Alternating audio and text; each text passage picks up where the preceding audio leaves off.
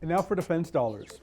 South Korea has approved a plan to buy more Lockheed Martin-made Patriot Advanced Capability 3 missiles to enhance its defenses against North Korea's ballistic missile threat.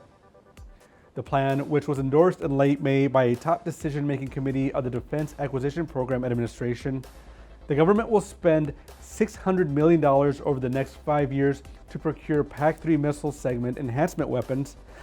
The government did not disclose a quantity for the missile interceptors. The DAPA committee also approved a plan to upgrade the existing PAC-2 launchers for use with PAC-3 platforms. The PAC-2 launcher enables missiles to intercept hostile targets at an altitude of about 12 miles, whereas the PAC-3 launcher can destroy incoming missiles at an altitude of about 25 miles.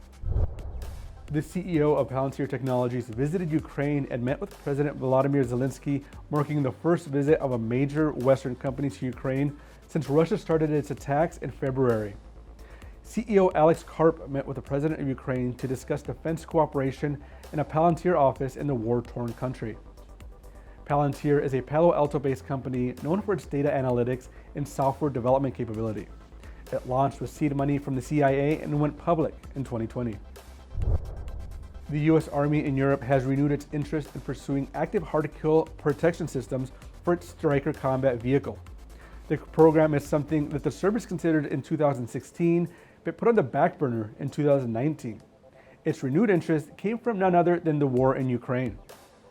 The Army still has a small congressional plus-up of $16 million in 2022 to continue evaluations and work on the IMI-made Iron Fist system for the Bradley.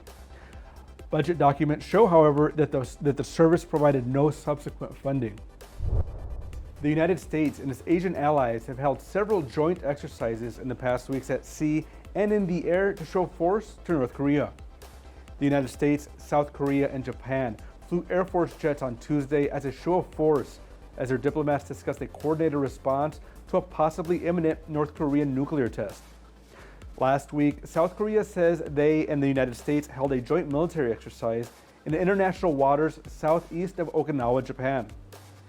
And late last month, South Korea said it held an elephant walk exercise amid concerns about North Korean missile launches. All this comes as Deputy Secretary of State Wendy Sherman traveled to Seoul for discussions with South Korea and Japanese officials over the gathering North Korean threat and warned of a swift and forceful counter-response if North Korea proceeds with a nuclear test explosion, which would be the first of its kind in nearly 5 years. And that's it from around the defense world this week. When we come back, why an airborne division is headed to Alaska, and what colors did Space Force approve for nail polish? Find out when we return.